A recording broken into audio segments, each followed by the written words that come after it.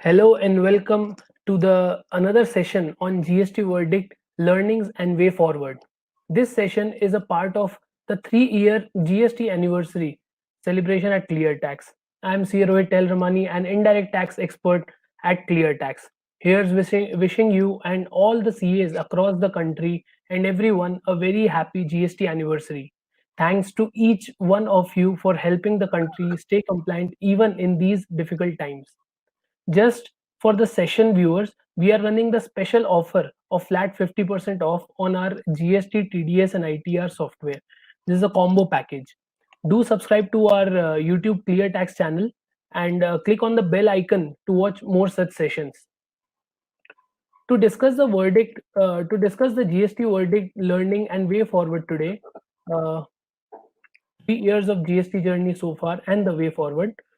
And to make this day even more memorable, we have with us Mr. Devendra Kapoor. He has worked with Hindustan Unilever Limited for about years.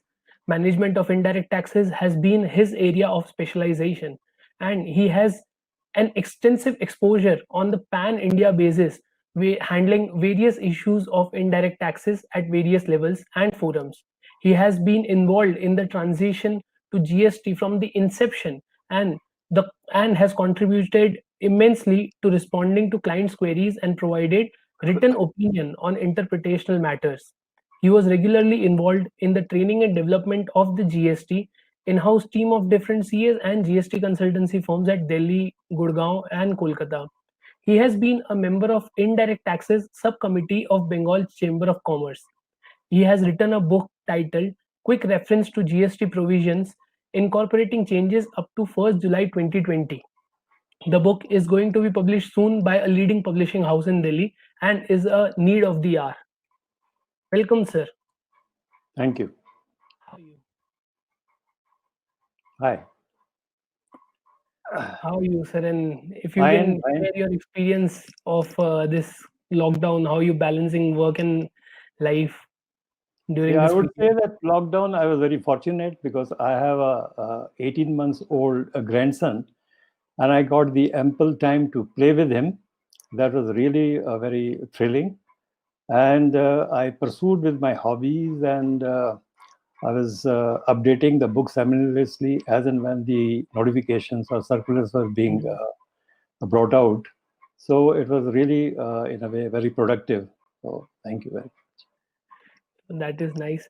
So, thank you so much, sir, for sharing this experience. Let us begin with our first presentation with Devendra, sir. Sir, over to you. Thank you so much. In the first place, I would like to thank ClearTax for giving me an opportunity to make the presentation on the third anniversary of GST.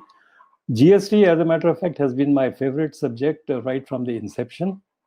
And I have taken keen interest as and when any changes or any new rules or notifications were issued, and analyze them and to see what is the impact. I was always interested in writing a book, the book which should be very handy and should provide a ready reference, because a lot of time is spent in retrieving the information. So that's why I have named this book also A Quick Reference to the GST Provisions, and it will be published very soon. Coming back on the subject, introduction of GST in India has been a historical event. If you would recall the amount of space it has captured in the print media, and the amount of discussions, debates, deliberations which took place with regard to GST, I think it has been phenomenal. In the initial years, the discussions were more with respect to the what you call the format of the GST, and also agreeing the states to join the GST, which was a very, very tough job, and it took a considerable period of time. Thereafter, once that was over, the second most important issue which came up for deliberation was the power sharing arrangement between center and state officers. And thereafter, which products like whether petroleum or real estate, etc., should be part of GST or not. So this virtually took a considerable period of time. The first model GST was introduced in the month of June 2016. Thereafter, it was revised in November 2016, and it was implemented on 1st of July 2017. So virtually, if you will see, there were only 6 months' time given to the trade and industry and other stakeholders to fall in line with GST. This was there were a lot of representations made in deferring this enactment, but somehow it is not feasible, and the government introduced on 1st July 2017. And it caused considerable disruption. As it is, GST is known as a disruptive reform, because you would have seen by now that it is not only a change in the taxation system, but it calls for change in the business module. So, and then digitalization at every level was another big challenge. Anyway, this is now all a history. Now let us see what has been the real core expectations from GST. I have analyzed that there were four big expectations from GST introduction. One, to check the inflation. Two, to boost the GDP growth. Third, to introduce easing the compliance burden. And fourth is making tax evasion difficult. Now, if we will see the report card, we'll find that inflation, I can say, has been partly controlled. I don't know how much is on account of GST. As far as GDP growth is concerned, it has not been possible so far because of various market factors, as well as the recent pandemic, COVID-19. Third is easing the compliance burden. Of course, there has been part achievement in this. And fourth, making tax evasion difficult. I don't think there has been any progress in this, because daily you would be reading in the newspapers about fake invoices and claiming ITC on account of that. So I would say that tax evasion has not been successful so far. Now, initially, the four R's, the alphabet R, have been responsible for spoiling the GST party. What are those four R's? Number one is rates. Everybody expected that GST, once the GST comes, there will be, let's say, one or two rates, but that didn't happen, and it was very much expectations were not met. Second was returns. The submission of 3 returns in a month was rather too much, and that too on digitalization at every level, from retailers to manufacturers. That also was one big spoil of the GST party. And if you would recall, the reverse charge mechanism under Section 9/4 of the CGST Act, that really caused tremendous commotion, and there were so many queries, there was so much of disruption, that government was forced to suspend it. And now it is in the recent CGST amendment, it has been redesigned. Fourth is, of course, resources. Resources here, I would say, GST network, which has been always in the news because it is yet to stabilize. And these are the 4 factors which really made GST initially unpopular. Now, but if we see the handicaps of the GST with the GST phased forward, the business modules were not aligned to the requirements with the GST. So that was a big handicap. Second was digitalization at all levels. It might have been possible for big players, but small businessmen, small retailers situated in unorganized sector was too much. And that also, and therefore every time they had to run to the CAs or practitioners to even compile the returns. Then came another factor was that this enactment was new. It was new for the department, it was new for the dealer, it was new for the consultants and practitioners. And on top of it, there were not enough judicial pronouncements in case of any clarification. Now, all is not bad.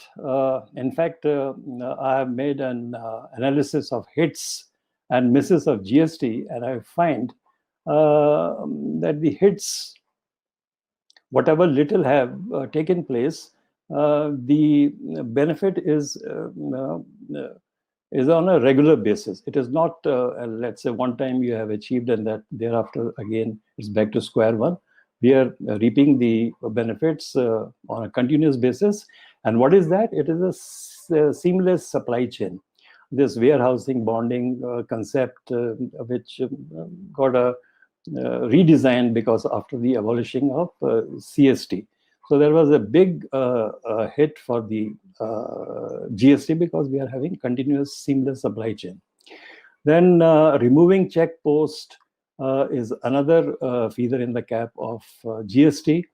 And generic e-way bill was introduced in the middle of after GST was introduced, because there were two thoughts whether the e-way bill should be introduced or not. But once there was a drop in the collection, so as a revenue generation exercise, this provision was operationalized. But here again, the benefit has been that it is on a self-generation basis. You don't have to rush to the department to obtain forms and distribute and everything. So that is the biggest ease. And fourth was doing away with the negatives of the pre-GST regime. Now I would take a look of what were the negatives. If you will recall, in the pre-GST era, there were a requirement of multiple returns under different enactments like excise, service tax, VAT, and so on and so forth. And those returns were required to be furnished under different due dates. So there was no uniformity in the due date. And secondly, there were different type of payment of taxes. There was a basic tax and surcharge and so and so entry tax. And again, those had different due dates. There was no uniformity in the due dates. And third was the way bills and entry permits, delivery notes.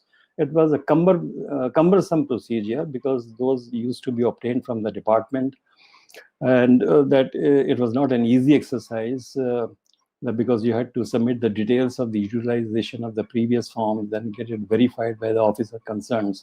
So that was really very cumbersome. Another this requirement of declaration forms like Form C, Form F used to be very time consuming, and it was always very threatening because if we are not able, because those were supposed to be furnished to the authorities in a time-bound manner, and failure to obtain these forms used to impose the additional demands. And there was always pressure of completing assessments because those were having a time-bearing provisions. So these negatives are no longer there under GST, and now there is only common returns with common date of filing, with common payment dates. If you compare it with the pre-GST scenario, it is much relief. So that I should say is a big hit for the GST introduction. And another very constructive role which GST Council has played after the introduction of GST is really praiseworthy, because very complex issues have been resolved through consensual approach with the states. For instance, Kerala says, then levy of sugar says, then taxability of lottery, that those were very amicably resolved by GST Council. And of course, GST Council has been giving temporary interim relief with regard to extension of time for submission of returns and providing clarifications on very complex issues. However, the number of misses are more compared to the hits, and I will now take you through what are the real misses. The misses signify the provisions which are not amenable to the taxpayers, and these needs to be relooked into it wherever possible. Now, the first miss I will take you is the confusing concepts about the concept of exempt supplies, non-taxable supplies, and what is taxable, what is chargeable, what is leviable, and last but not the least, the aggregate turnover. These are have left to very much interpretational issues, and to that extent, it has been an unpopular contributor of GST. Second is what exactly, if you look at, is the theme of GST is the matching. If I'm taking the input tax credit, the government's expectation is that there should have been payment of the output tax. If I'm reducing the output tax liability by means of issuance of a credit note, it is expected that the recipient should also reduce the input tax credit. These are the matching. But unfortunately, for one reason or the other, this matching exercise is being kept pending. The whatever relief has been given by introducing Rule 36 sub Rule 4 of the CGST rules is too little and too late. Then ITC, which is again a very concept of GST, is based on ITC availment, has both a mix of hits and misses. First, I will take you through the hits of ITC. It will be first off, if you will see the capital goods. Capital goods definition under GST is much simpler. It was very complex in the pre-GST era. And secondly, you can avail ITC on capital goods without a staggering manner. It is available to you in one stroke. So that is a big hit of ITC under GST. Now, let us take a look on the misses. The concept of this vicarious liability, that means the deposit of taxes by the supplier, the filing of returns by the supplier, and there is no mechanism as to how to verify. There is too much of a burden on the person availing the ITC. So this needs to be relooked as to how far the recipient has control over such activities of the supplier. Fourth is with regard to the working capital impact. The payment to supplier is required to be made within 180 days from the date of invoice, both the basic price plus the tax. Okay. But there is no parallel provision of claiming relief due to bad debts with respect to outward supplies. So this is not finding favor with the taxpayers.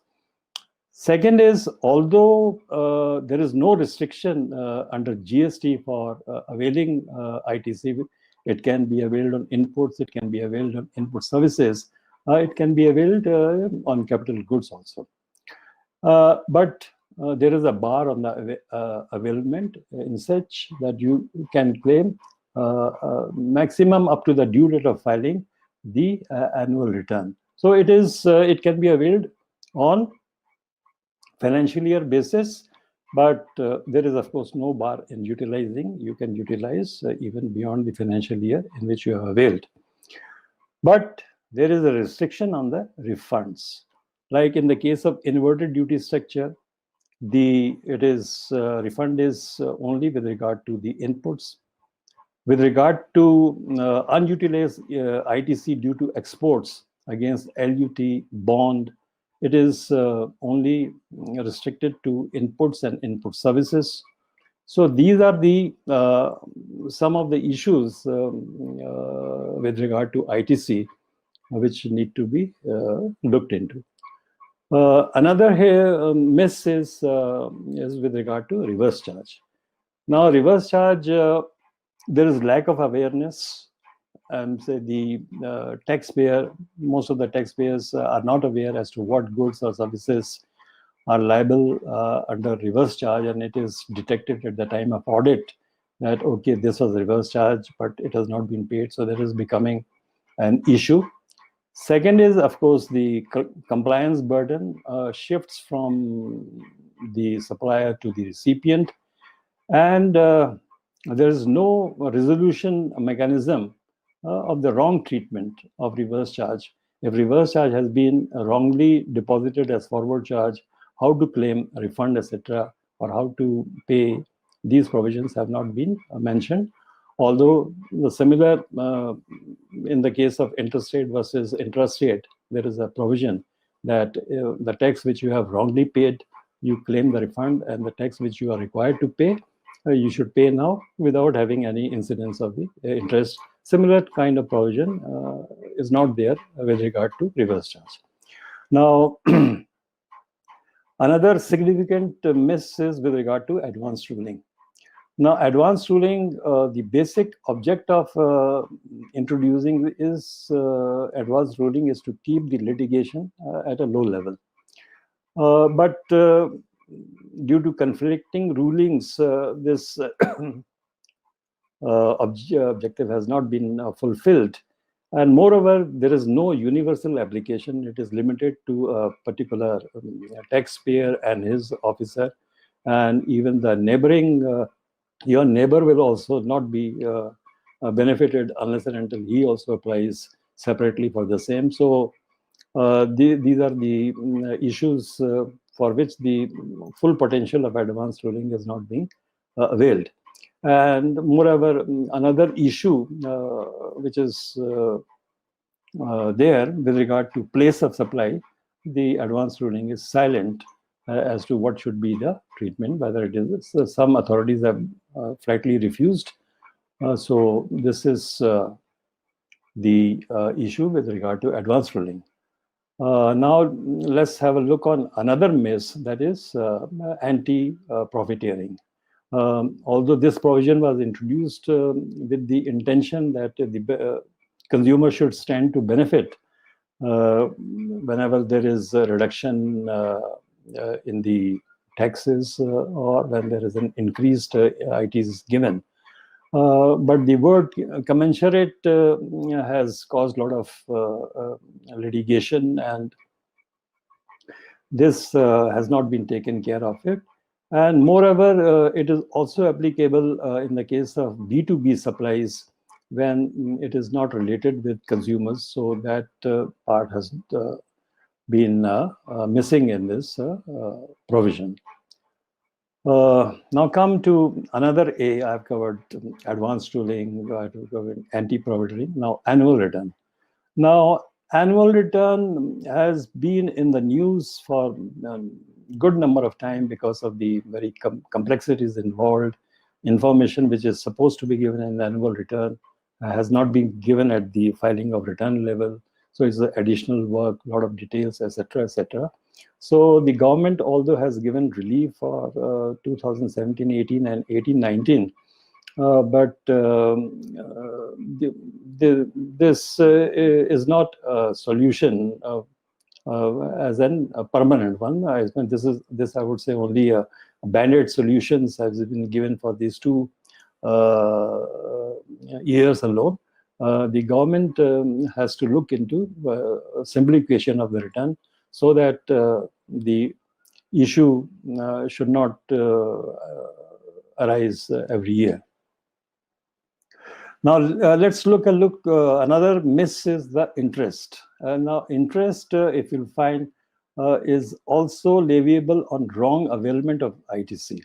One can appreciate availment come utilization, but only availment provision is very oppressive, and this needs to be looked into it. And then provision with regard to interest on gross liability of tax due to delayed filing of return. Although government has agreed for this by changing the respective section. But then again, notification is still pending, and we do not know whether it will be prospective or retrospective. So those areas are of concern. Now, with regard to another hit, it is with transitional provisions. Now, transitional provisions, the litigation over extension of submission trend 1, everybody is aware of it, that this has been going on. It has gone up to the High Court level at different states. So this caused a lot of heartburn with regard to submission of delayed submission of trend 1. The one area which has been really a villain of the piece is the refund. Now, the refund claiming refund is very complex formula for claiming a refund of whether it be unutilized ITC against exports, against LUT and bond, or inverted duty structure.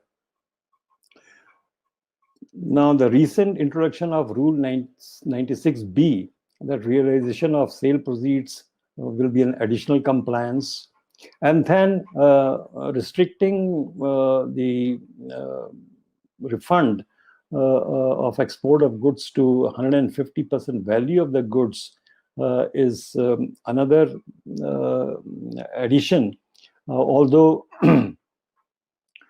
there's valuation rules which give the prescription as to what is to be valued at what value is silent, but this provision has been introduced overstepping the valuation rules, and which is another lesson. Now, if you would see that government has been giving solutions due to extension of time, waiver of late fee, compromising of annual returns. These are, again, as I've told you in the past, is a banded approach. So something has to be done, which should be on a permanent basis. These are, there are certain red alerts, which I would say that may become a bone of contention in future. And one is there is a huge disparity in the rate of interest. The interest rate which is payable for short payment or delayed payment is 18%, and the rate of interest for claiming refund beyond the prescribed period is only 6%. Then if you look at the demand and recovery provision, that is section 74 of the CGST Act, you will find the expressions of willful misstatement, fraud, etc., have not been defined, although they have defined suppression. So these will be cause of concern and may become litigational points. Then mechanical imposition of penalty under section 129 is also very oppressive.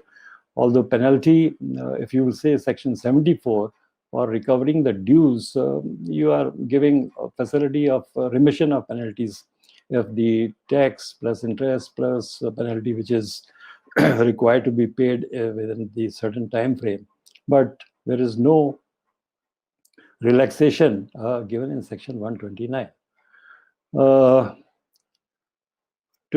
Coming to the end of this presentation, now, what are the real goalposts of GST? Whatever has happened is history now. Now we have to really, there's a need for strengthening the IT infrastructure. Secondly, rationalization of the rates If you look at the present rates, it is 0%, like 5%, then 12, 18, and 28. There's a huge gap. The first gap between 5 to 12 is 7, 12 to 18 is 6, 18 to 28 is again 10. So more the gap, more is the propensity to, place the classifications to suit you. You can doctor with your classification to take the maximum advantage of this. So this gap has to be narrowed down to discourage this kind of doctrine. And of course, the another issue which has been is not affecting the taxpayers, but is affecting the state governments is the reworking of the GST compensation, because that has been in the news for is now there in the, it is yet to be resolved. Then of course the need of the hour is having a centralized advance ruling, so that we stand to gain by maximum.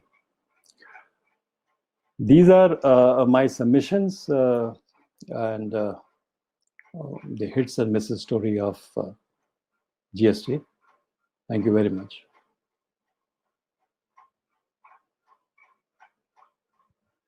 Sir, that was a very important presentation and setting the context for GST.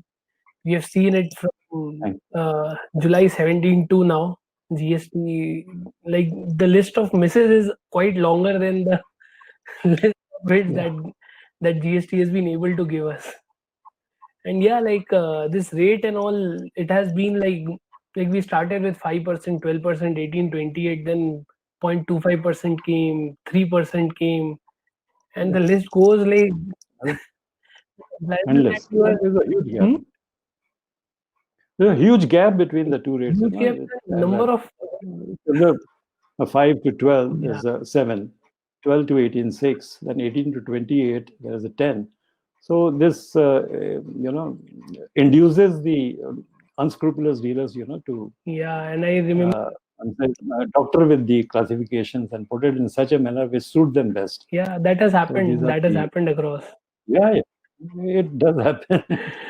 So on behalf of our viewers and fellow CAs, SMEs, representatives from enterprises, we would like to have your viewpoint on a few questions.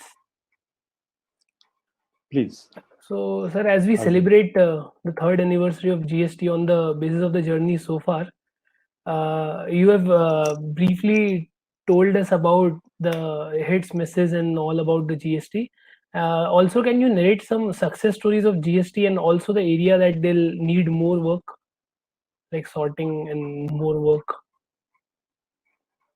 See, as I've told in my presentation, that the very fact that GST has been, introduced in India after so much of complexities and disparities, that itself is a success story of GST.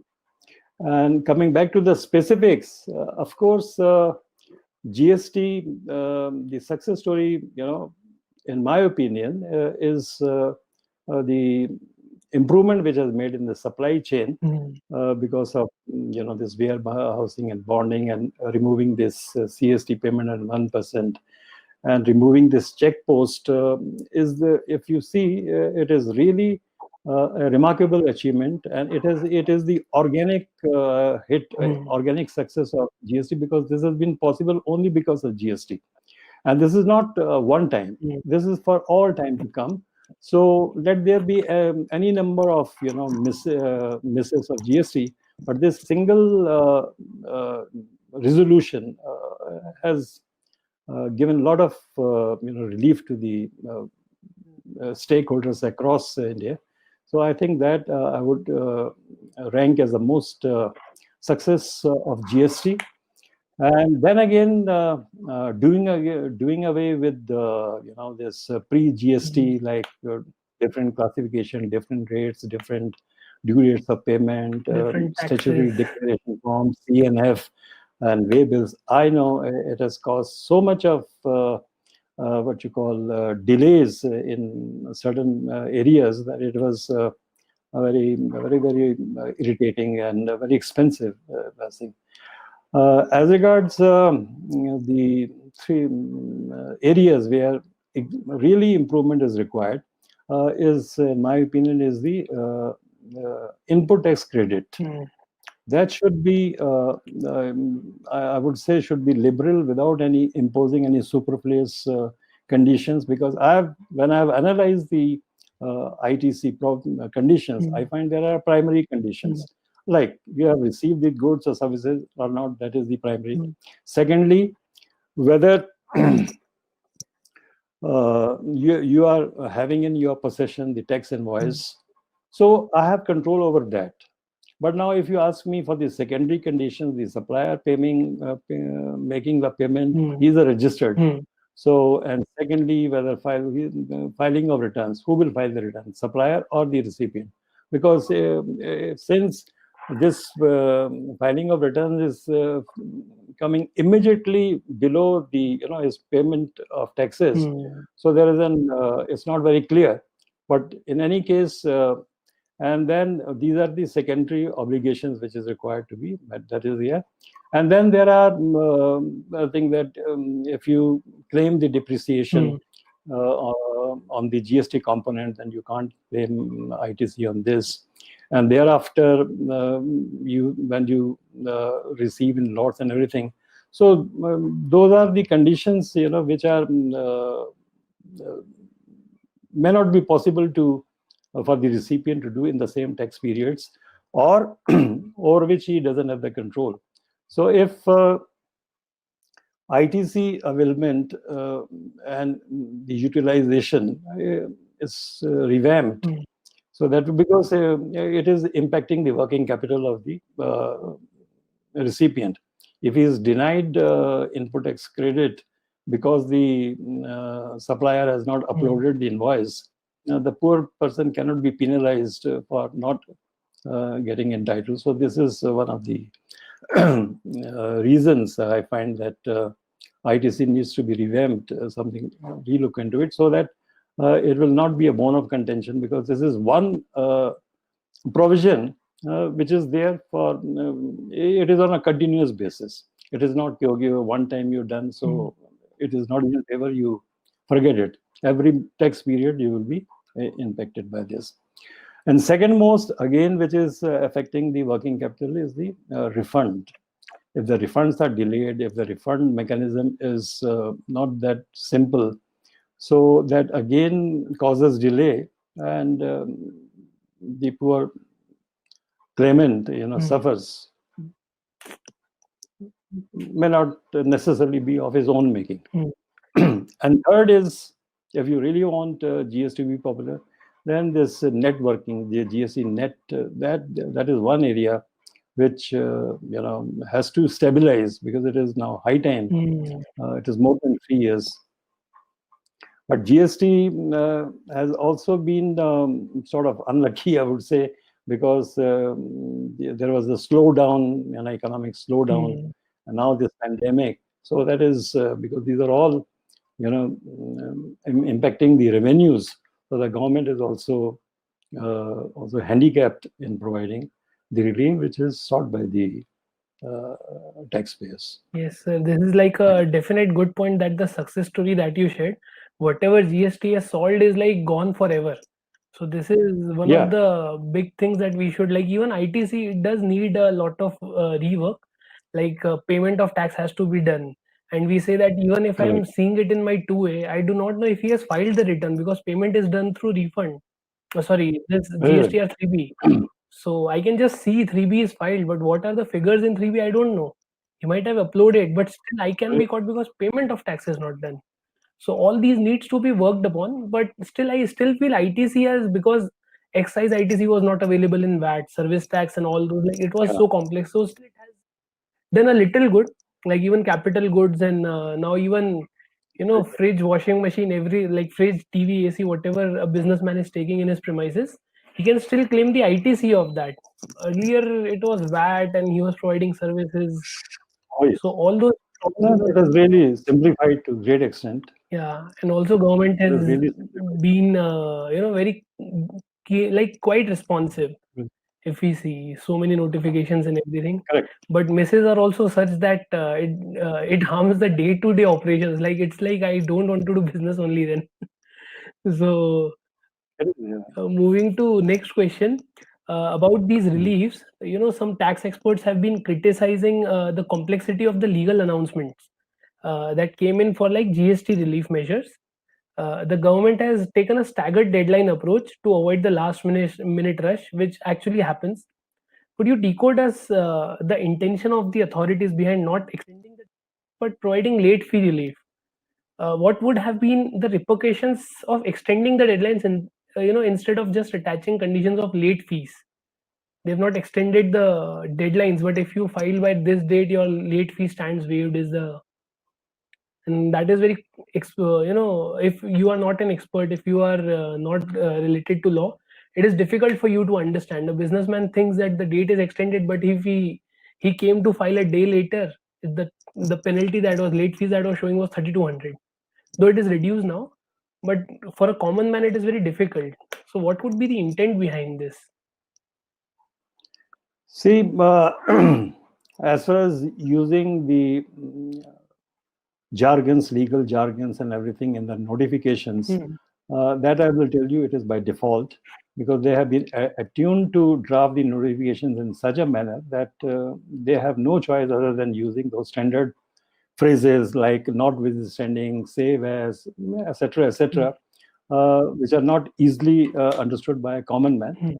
However, as you have said, that why the due dates have not been revised, instead of let's say additional time or grace period has been given, and if you don't comply within that grace period, then the what you call penalty or interest in the given circumstances will be from the due date.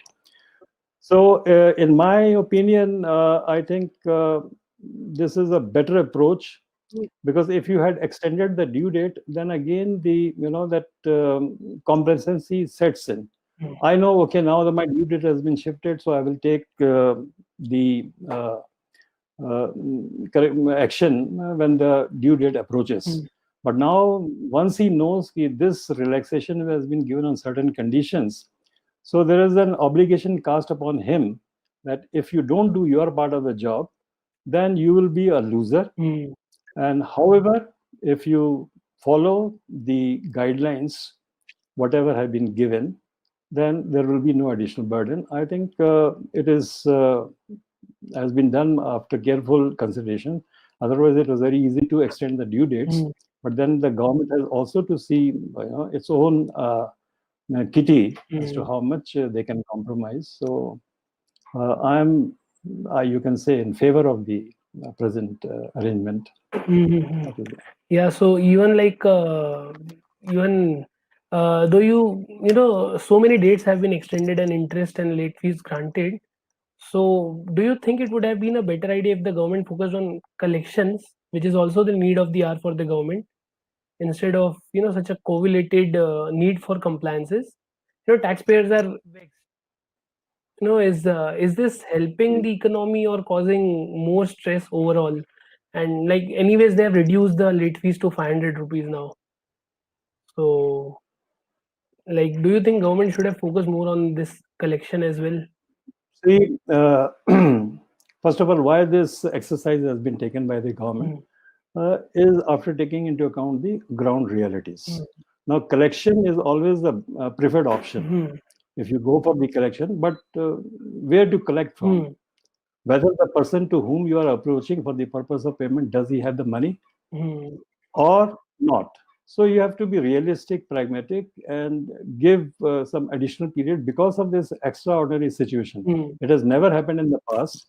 So I think this step, whatever step has been taken, is taking into account the ground realities. Now look at the kind of taxpayers whose terms of trade are more on credit, less on cash. So he is dependent on his customers to pay him so that he can deposit the taxes.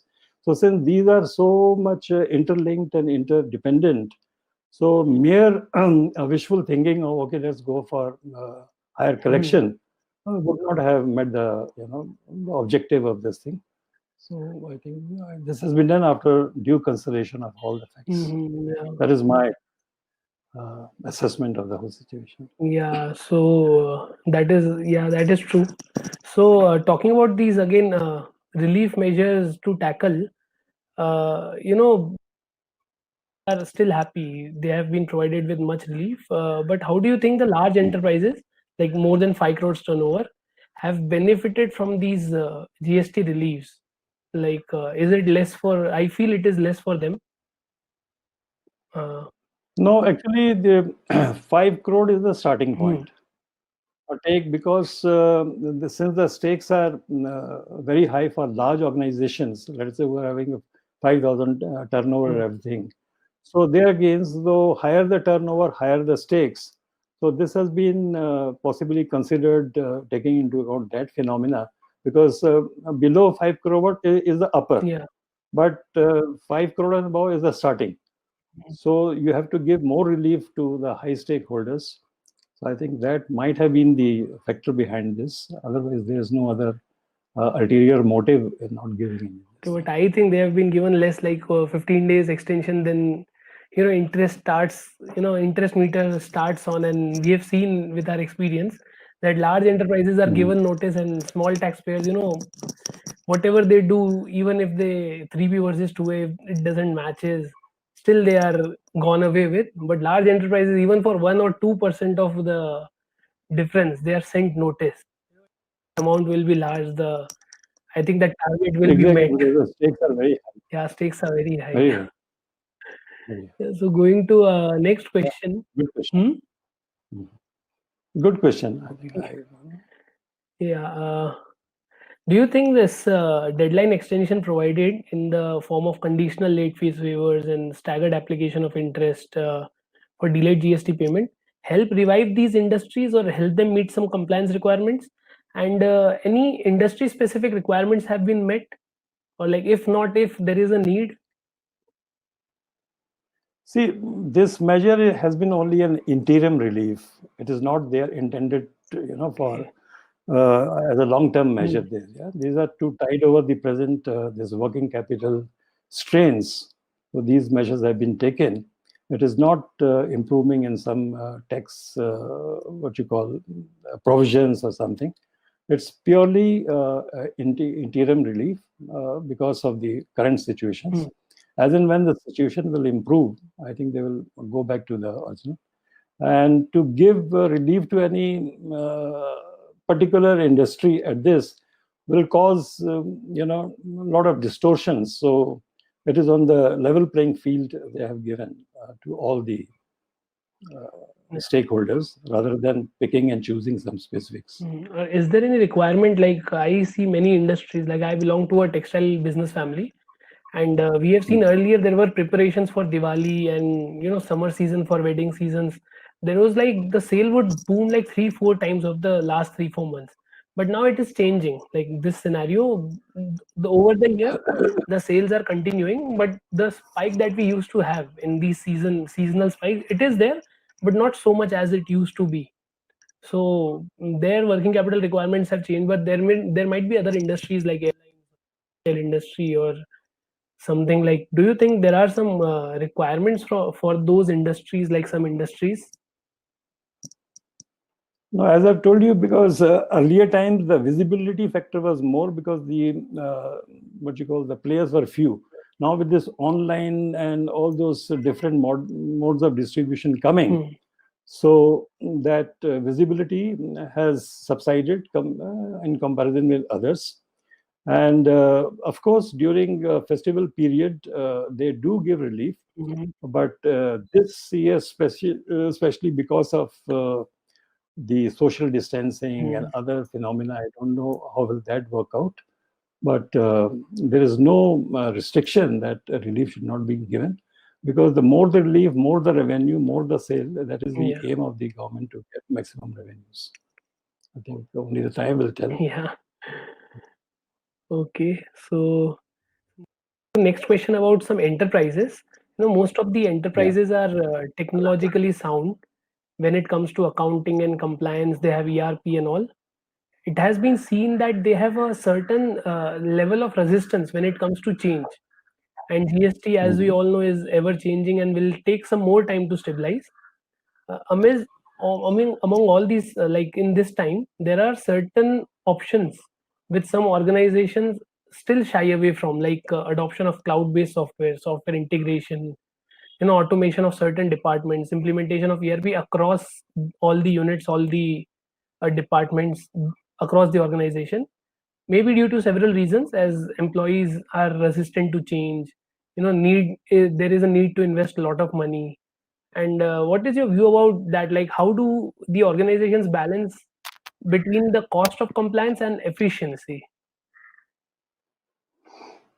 Let me first thank you for raising a very intelligent question. And I can tell you from my own personal experience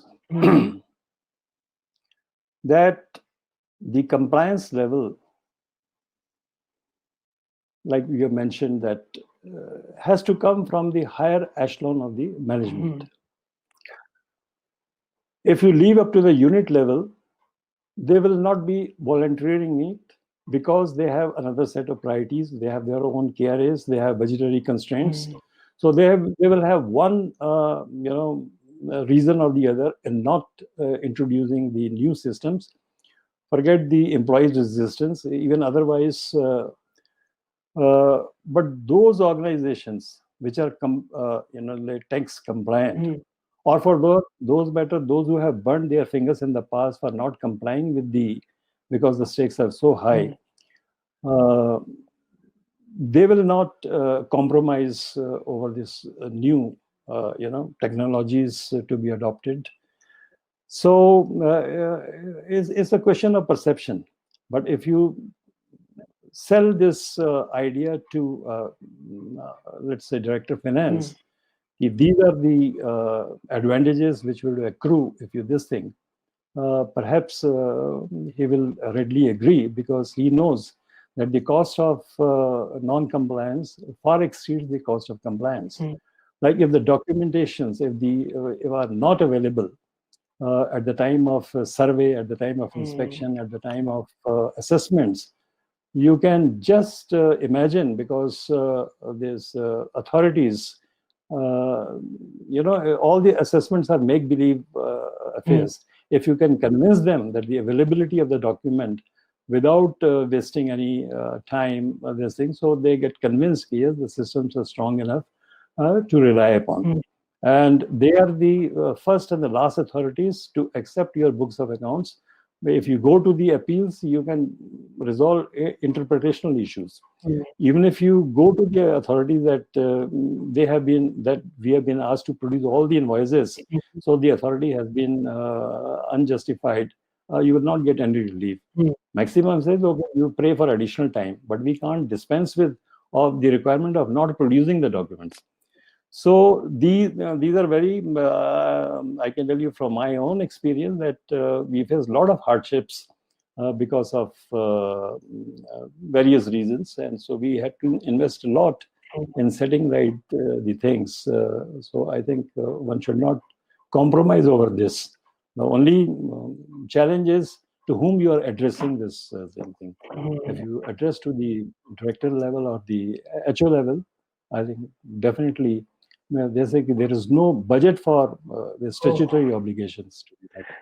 That is the approach. Yeah, because they might Like have. there is no budget for the safety. So in big companies, they don't have any budget for the safety. They said any amount is right. So similarly, for this statutory compliances, I don't think budgetary constraint should be there. This much I can tell you from my own experience. Because they have burned their fingers in the past and they know the Yes, yes, pain. it is there. It is there. Because the unit levels, it is not one of their KRAs. It is not Yeah. affecting them. So they would say, okay, they will agree, but they will seldom execute.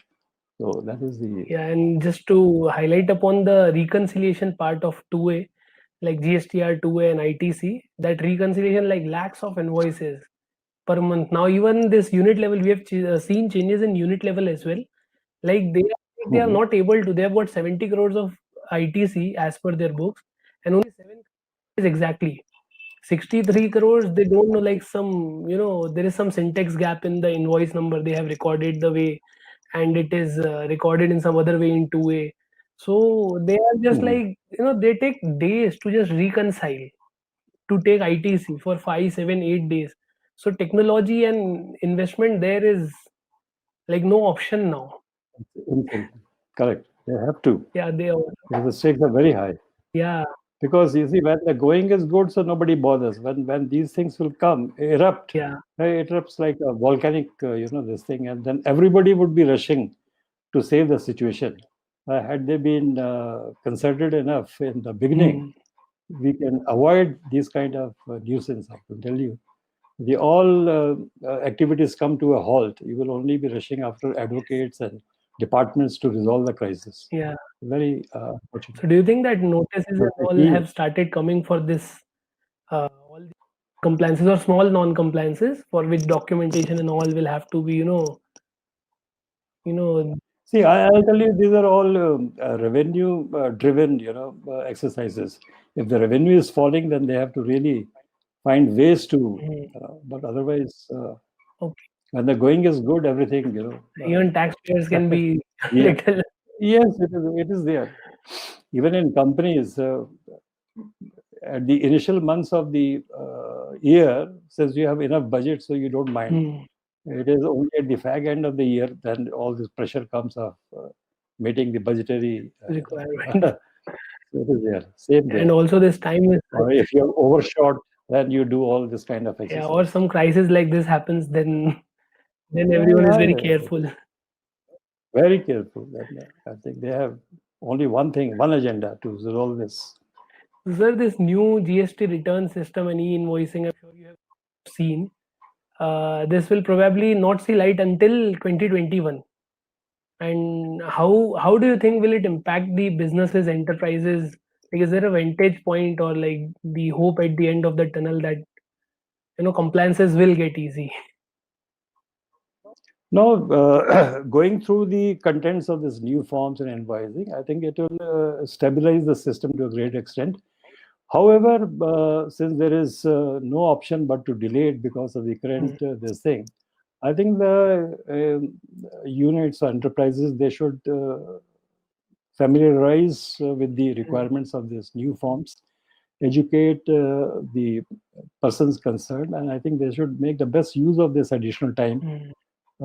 That is my request to persons who will be impacted by this thing, and this is a good opportunity. It's a rather thing. Like time given is good time to update you. Yes, yeah, to update yourself and to see a lot of literatures are available, a lot of things.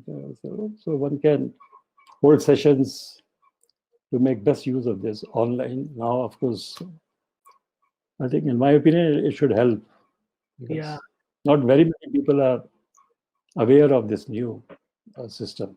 Okay. So like going a step back in that, in India, GST has one of the highest tax rates in the world.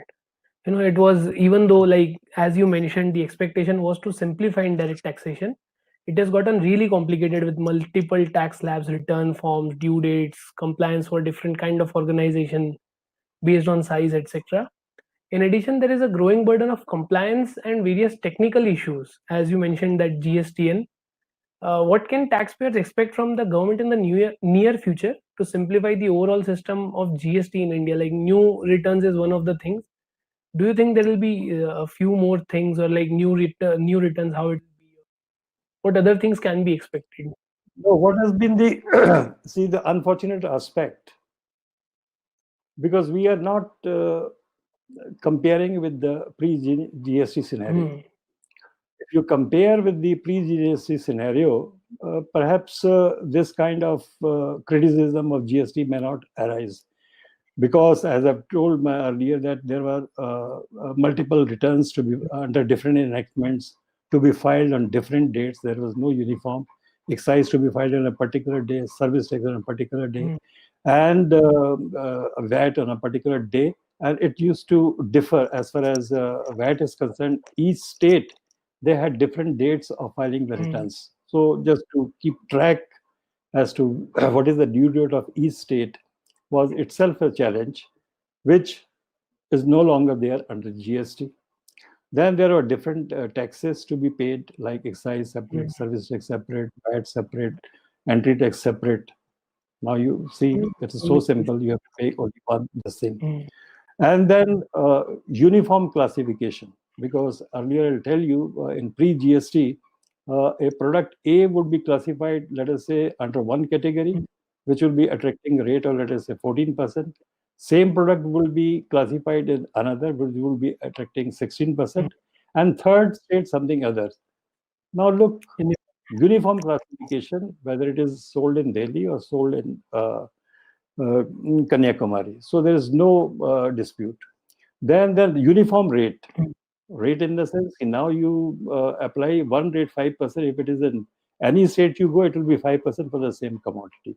So it is really or 12%. So there is no variation in the rates.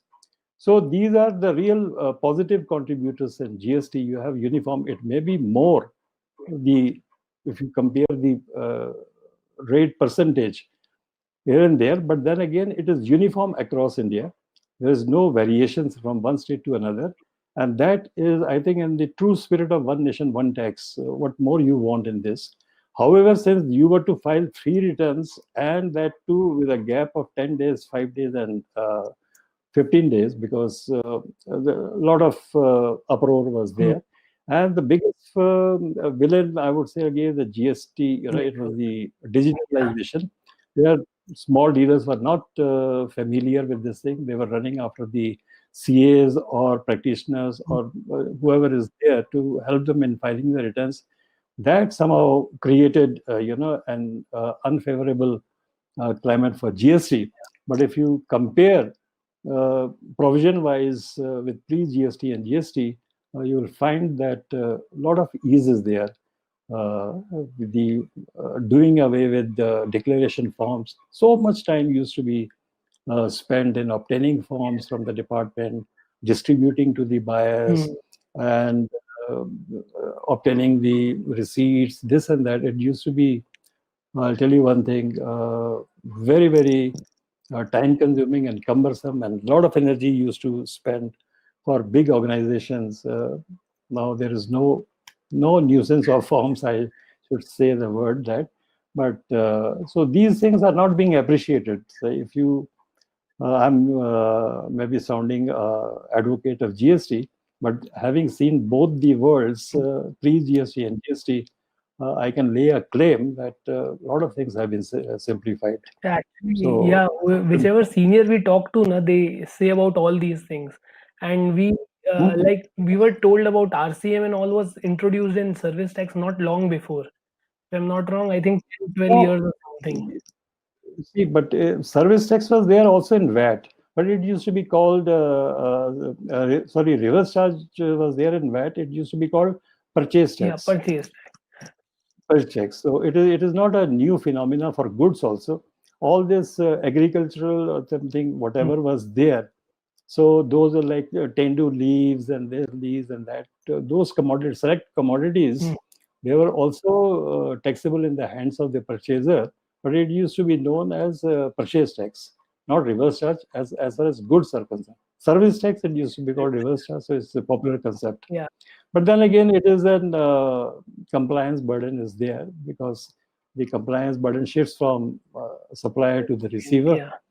And moreover, it is not very popular. I mean, so nobody knows what are the items which are liable to be taxed. So that is something which it is detected at the time of audit or review or something. Oh, भैया इसमें क्यों tax दिया है, etc., etc. ये तो reverse charge में आता है.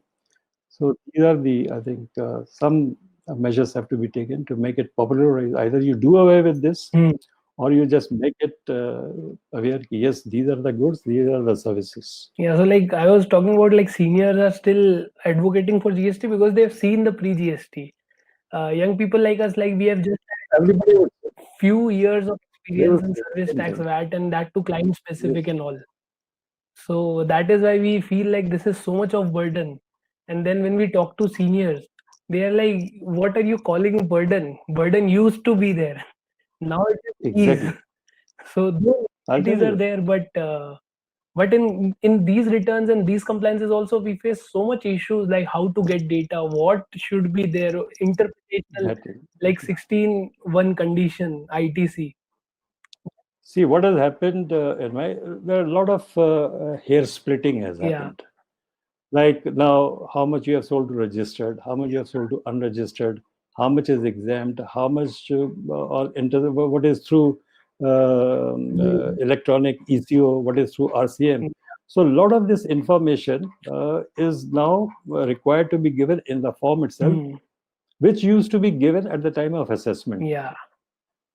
Because this information used to be required to be given at the time of assessment. The authority will ask how much you have sold to registered, how much you have sold to registered. Now they are asking at the Routine level. this thing at the return level. So that is because the things which you were supposed to do at the end of the year, now you have to do simultaneously. That is another. Information is there. It is not that you will have to generate new information. Only collating and putting in the right box. That is otherwise. Again, as I've told you, in annual returns, a lot of issues came because additional information was required over and above which you have submitted in return. It was not merely consolidation. Yeah. So that also now simplification. But my suggestion is that it should be, you don't do for this special for 17, 18 and 18, 19. Simplify for all time to come so that this issue should not erupt again. Yeah, even I feel that Like name would be revamped. like our director of finance used to say that I'm not interested in solving an issue.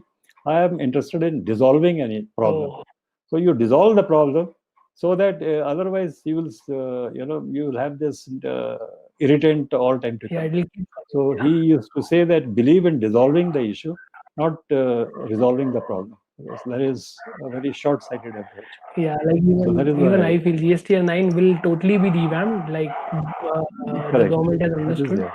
Okay, so coming to a little business side, sir, Yes. across India and even globally, businesses Mhm. have been affected due to pandemic with revenues taking a hit, employees laid off, denied sometimes full salary, sometimes part salary, organizations shutting down. We have heard heard big names shutting down or declaring bankruptcy.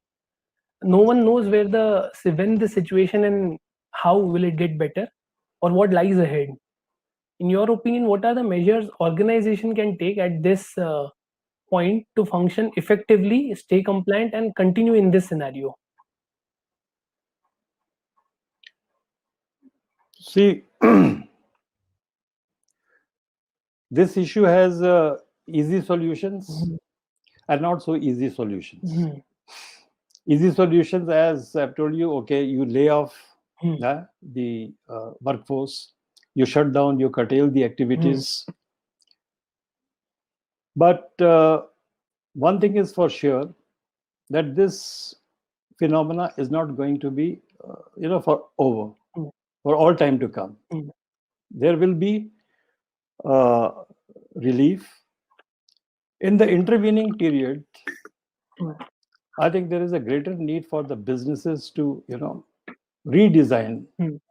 Now, there's like online or takeaway or like virtual meetings or giving opinion on this thing.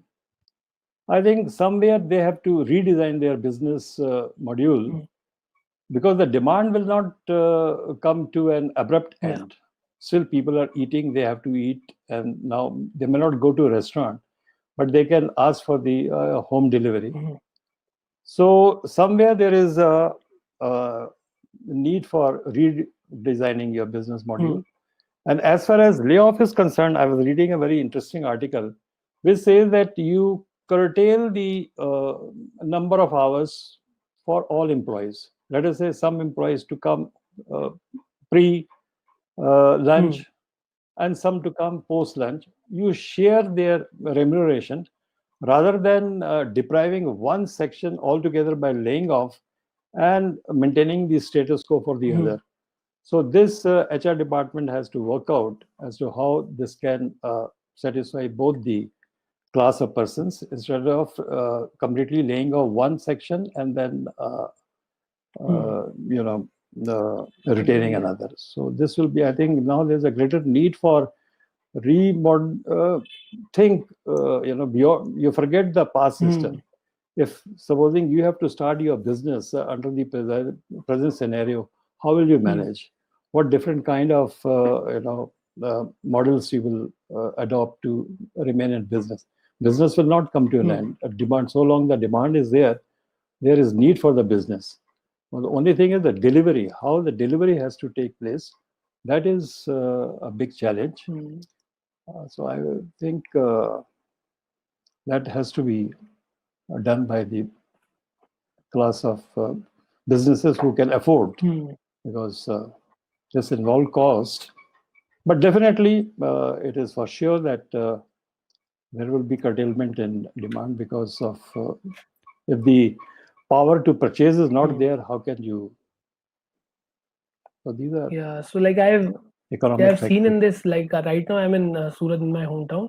We have textile industry over here, and now I'm seeing like demand is, because there are some factories that are not working. So whoever has whatever stock, they are able to clear that up.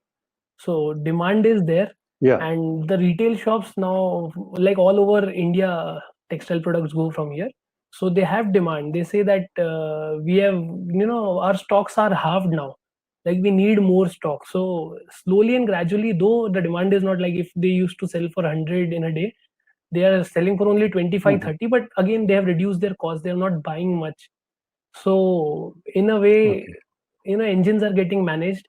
And if you consider like different kind of businesses like Zomato and Swiggy started courier, like they had delivery partners, their channel.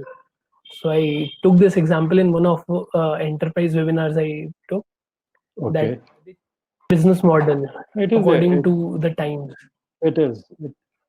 So that is what is required at the moment. Yeah, Because you can't go back to the pre this COVID time. yeah, that is. You have to live with it, and I think you have to invigorate new systems Yeah, sir. rather than cursing Yeah, I'm stuff. just sorry, sir. Once again, I just yeah, Sure, sure. yeah, Please.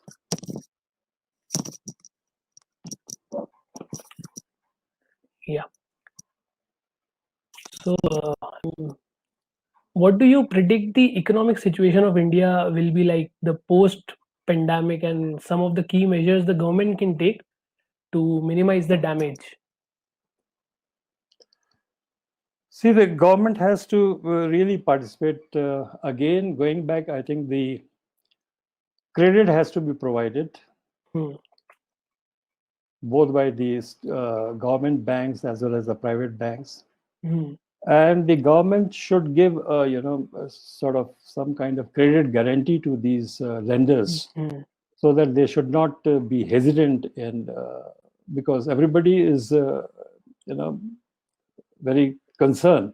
Hmm. If by lending, if I don't get the money back because of the slowdown in economic activities, whether it will be worth or not. But there again, the government can play a role by giving some kind of guarantee to these lenders, and then so that people are not at all deprived of the finances, because that is the blood for any business. Second is the government has done, and I think they will have to continue to do, is deferring the deposit of the taxes, not waiving or doing away with the taxes, but giving additional time. There are different kind of taxes, like your GST, like your TDS. motor vehicle tax, or like your other stamp duty and this and that. Somehow they have to again redesign as to how much additional time can be given for payment of this thing. This is there are these two measures will pump the money. Otherwise, if there is no money, you can't even think of reviving the business, because that is you need. So these are the two vital, I think, contributions which we are dependent upon the government at this stage. And how? Because they are the biggest stakeholders if the economy is not revived. So that is the I think some additional leverage has to be given. Because as it is in terms of new business and everything, may not be forthcoming because everybody, the businessman will try to protect his capital because he knows, as on date, tomorrow if the situation improves, I think it's a very what you call dynamic state of affairs. We can't say okay, this is a thumb rule solutions. That we have to keep on experimenting with various alternatives to see which works the best. And post this pandemic situation, the economy of India, like how do you see India will be like coming 5 years, five See, months? now From with this, like, again, there is this Chinese factor because of the restriction on export and import and everything. I think the situation is not very rosy at the moment. So any aspirational, growth plans would be unrealistic. I think you have to be a little pragmatic in seeing as to what are the ground realities. Like this migrant laborers is yeah. causing a big blow to the real estate sector because they were the largest this thing. So it's a wait and watch scenario, something, and take the best recourse whichever is possible. I would only advise against any ambitious plan for anybody because the business cannot run in isolation. You have to Yeah, depend on, as you know, with so many factors. so many other stakeholders. So I think one has to be really, as they call it, resilient, meet the challenge. Let's see. I Like I think am very positive like after this situation, because it is like spring. Indian demand, Indian consumption is like spring. The way the lockdown and all had happened, and in some industries I'm seeing not the pre COVID levels, or it will not cannot ever be ambitious for next 1 year or two, but still the demand will be there in Indian markets is what I strongly feel. yeah. Demand will not. Only thing is that you have to provide money Yeah. for that demand to crystallize. Thing. I don't know whether this. I have read an article even said the concept called helicopter money. Okay. You just throw the money to the public to purchase so that enable them to purchase, but then it has the inflation dimension of that Yeah. because. So these are the very bigger because this nobody was prepared for it. For this lockdown, nobody. It came as a bolt from the blue. I think so that one was not prepared. You have to just. And in I India, think. the businesses, as we see, like normal small businesses, they do not have any contingency reserves. Whatever is left over, the Because businessman takes home and he buys some property or spends it somewhere. Like there is no concept of contingency reserve in businesses, though Indian households no, have got good amount of savings. But even I'll tell you one thing. Plan B is not very active, option in most of the companies and everything. Nobody is prepared. Okay, if one person leaves, another will take over because they go. Take will cross the river when the bridge comes, sort of thing. जब आएगा तब So that is nobody is investing in Plan B because it requires resources. So that is why I think it's a textbook prescription is there only, but or it may be workable in military or something because, but in commercial world this Plan B is never factored in.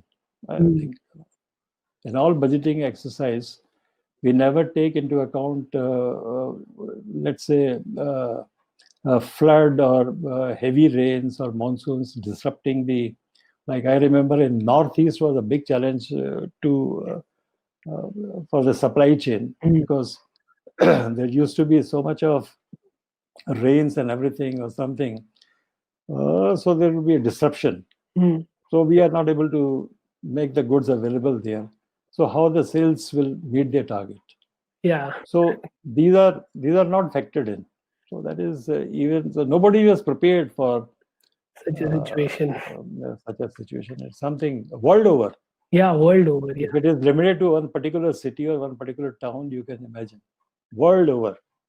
yeah, that And is there. we are after this globalization, we have become more dependent, so much. Nobody thought of, okay, ठीक है, we are now free flow is there, we can import.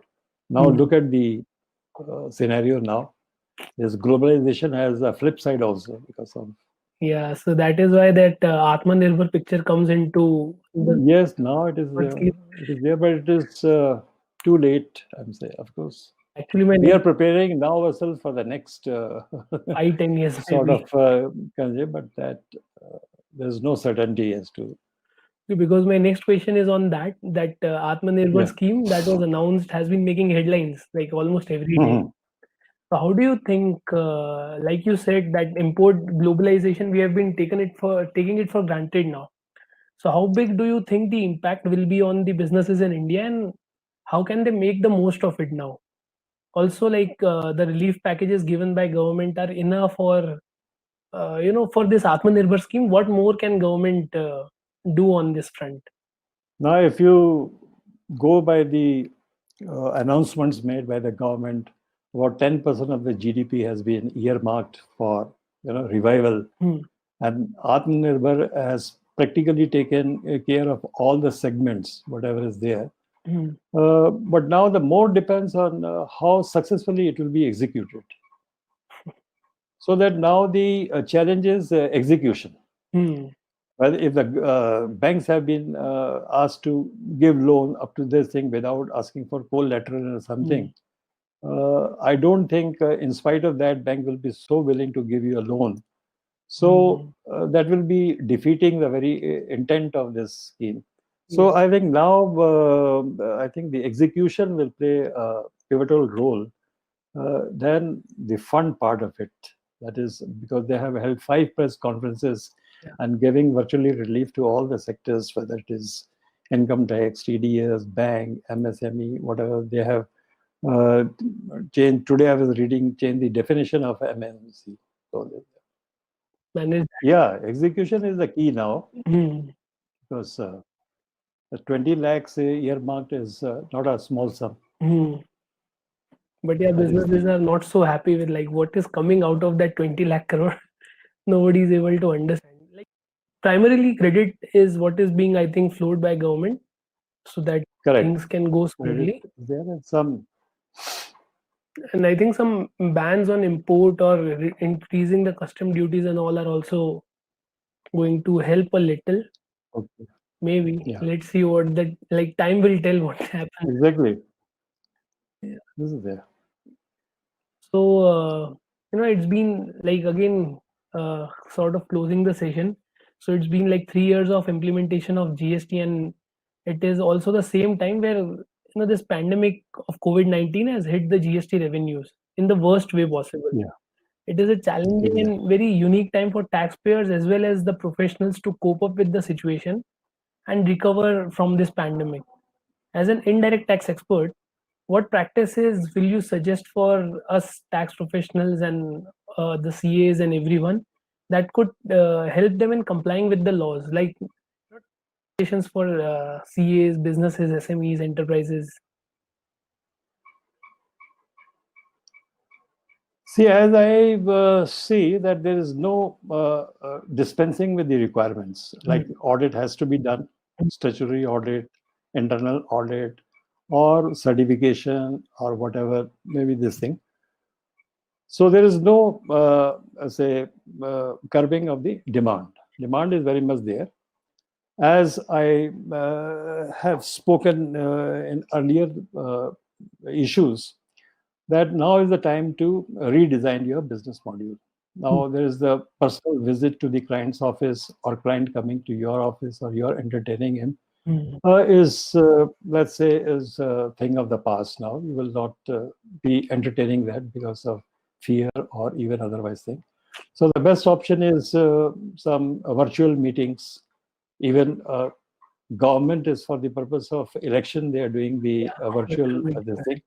So this kind of virtual meeting has to be there. You have to be regular on giving them online advice, because the advice can be given in any manner. It is not necessary that you have to give a written. You can just think. Yeah.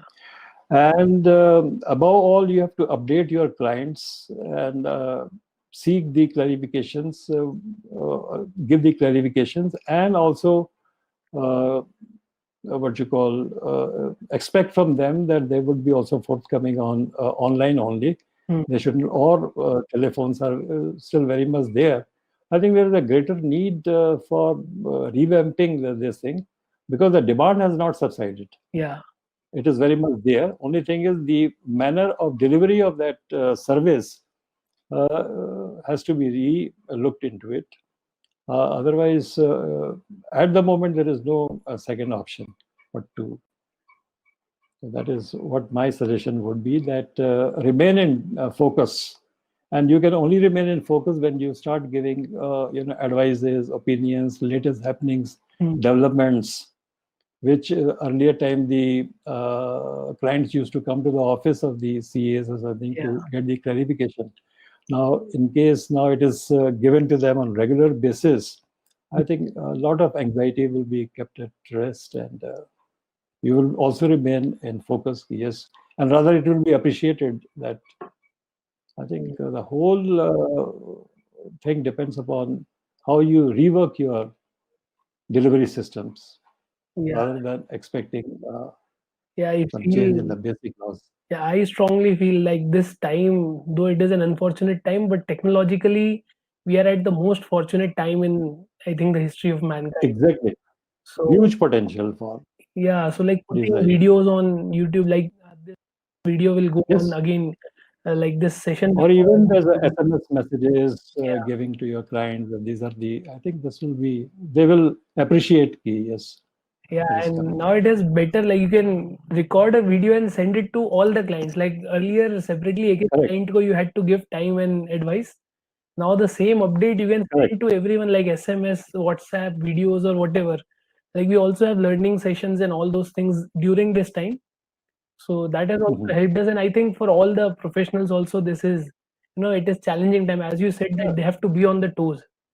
Whatever the right. time. But if I look at from another angle, the client should appreciate, because otherwise, the earlier time I remember visiting the CA's office, waiting outside because the partner may be busy with another client, and a lot of unproductive hours used to spend commuting, waiting, something, Mhm. keeping your urgent work, in abeyance, and then I think this may be a better option. I think the client will appreciate more than this, rather than the erstwhile system.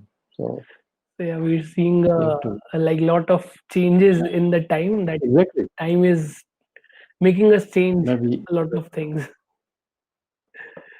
true. So